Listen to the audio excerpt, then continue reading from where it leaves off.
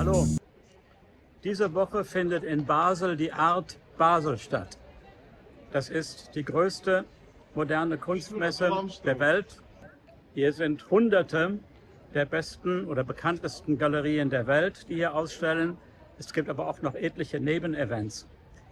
Ich habe von einem mexikanischen Künstler gehört, der eingeladen wurde, hier in einem der Nebenevents etwas auszustellen. Ich kenne ihn noch nicht, aber in diesem Video hoffe ich doch ein wenig mehr von ihm zu erfahren und ihr auch. Und wenn euch das gefällt, dann drückt doch bitte den Like-Knopf oder könnt doch gerne den Kanal abonnieren, wenn ihr möchtet.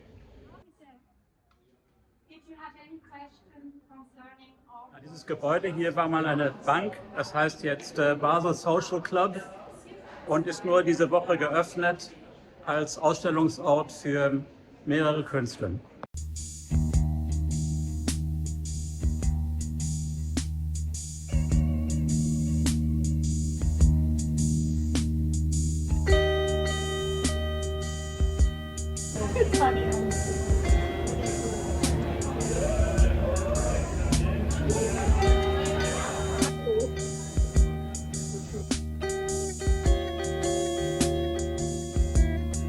So here he is, and now I will discover everything about his art. So hello. Hello. So which country are you from, really? I'm from Mexico City. From Mexico City. Born and raised. And is this your first time in Basel? No, it's my fourth time in Basel. Your fourth time already? Yeah. And my third time showing and my fourth time here. So you've been here 4 times? 4 times. And 3 times you've exhibited something in the show? Work, yeah. Ah, okay. How does this work? Who invites you to come? Well, sometimes it's I have a gallery that represents me, and they're showing at Liste. That's like the one more institutional fair.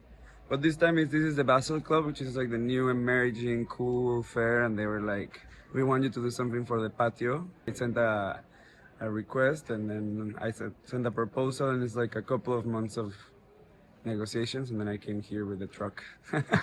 So you brought your piece of art over from Mexico? Yeah, I made it there, and then I folded and I vacuum sealed it in my suitcase, and I came. Ah, good. Yeah.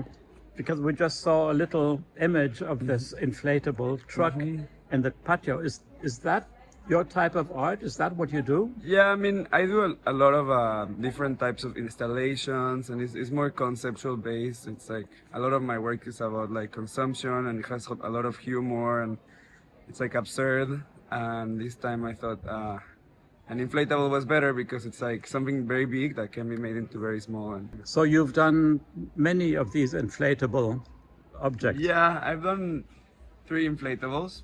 And do people buy the inflatables? Well, yeah, some people, but it's more like institutions or like collections that house like big works. But I also do a lot of photography and other like smaller format things that can be sold. I mean, every artist needs to have some income. For you as a young artist, where does most of your income come from? Well, they do say the secret ingredient is privilege. No, I'm just kidding. No. Like, I mean, most of my income comes from photograph. Sometimes I shoot for magazines or like do campaigns. Right now, for example, I got invited to do the concept of a bar. So I'm in charge of like the whole like interiors, the menu, the logo, the more in Mexico City. Projects. Yeah, in Mexico City. Then the bar can say that they designed by Christian or something. Avantgardo is my artist name. It's like Avantgardo. So that's like how I sign. And, that's your artist name. That's how I sign my projects. Can you explain a little bit this inflatable UBS bus? What is the idea behind it? So for me, it was like, I mean, I feel like when you're in America or in Mexico, they always have the big trucks that are moving the money.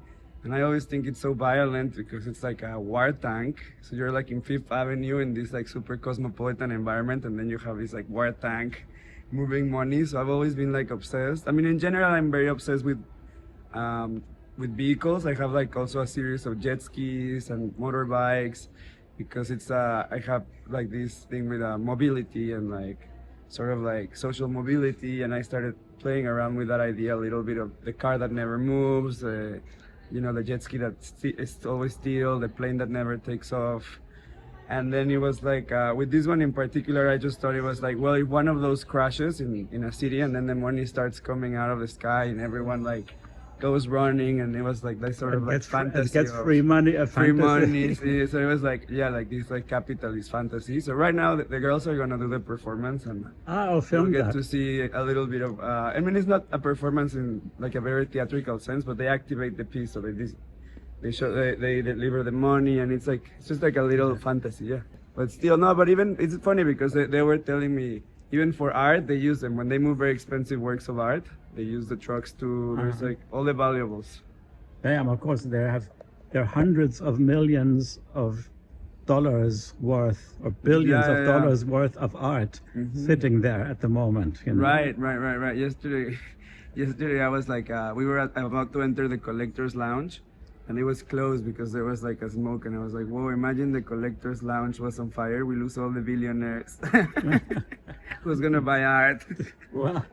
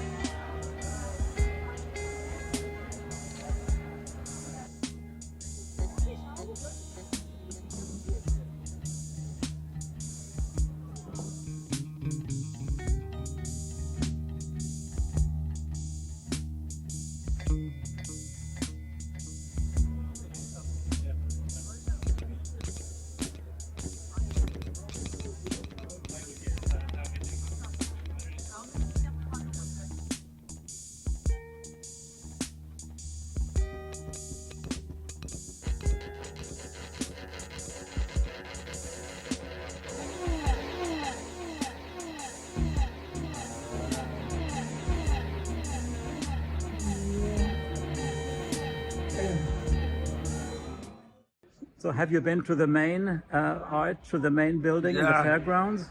To the Art Basel. To the big art. Yeah, that's the big leagues. But there it's very good. I mean, I have also friends who are showing there and like galleries, so it's like. What do you learn when you go to a place like this, to the big Art Basel, with the hundreds of galleries? What do you learn there? What do you take out of it? I mean, you learn a lot of names. You start making a map of the art world and how.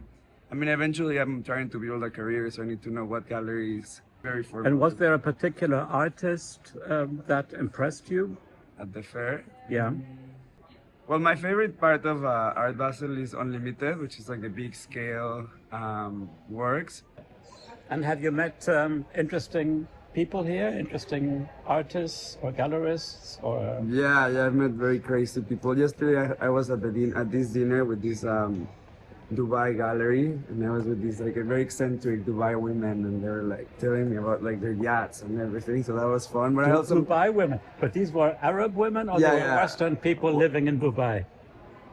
Both. They're both. But they were very like, we were at the Toira, and it was like, I don't know, like very like insane comments. Great for networking here. Yeah, no, that's also like for any young artist, it's good to come because eventually you start meeting all the people, and in the art world there's only like that many people. It's in industries, no? So you. Well, thank you very much, and good luck with your art, and good luck here in Basel. Thank you very much, and lovely interview.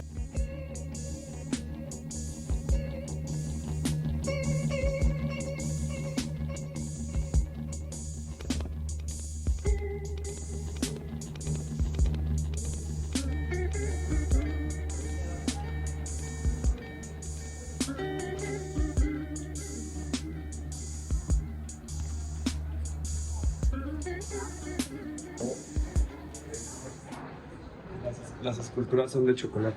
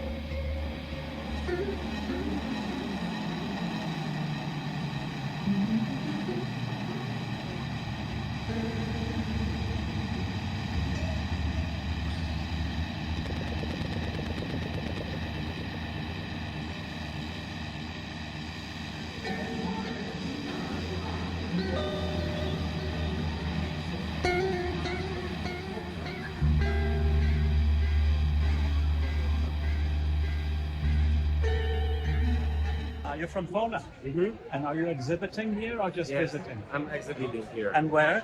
On the second floor, there is like a horse. Ah, okay, I will take a look at it. Yeah, Because- super. That's my horse. Okay, thank you. Thank you.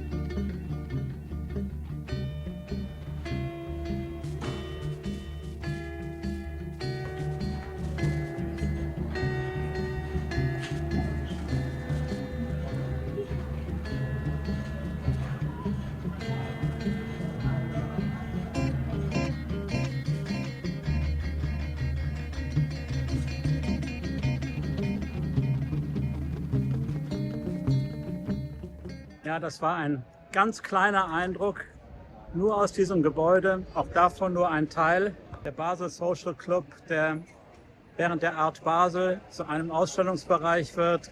Wie man sieht, es sind ziemlich viele Leute da. Und das ist nicht die Ausstellung im Messegelände, wo die Hunderte von Galerien sind.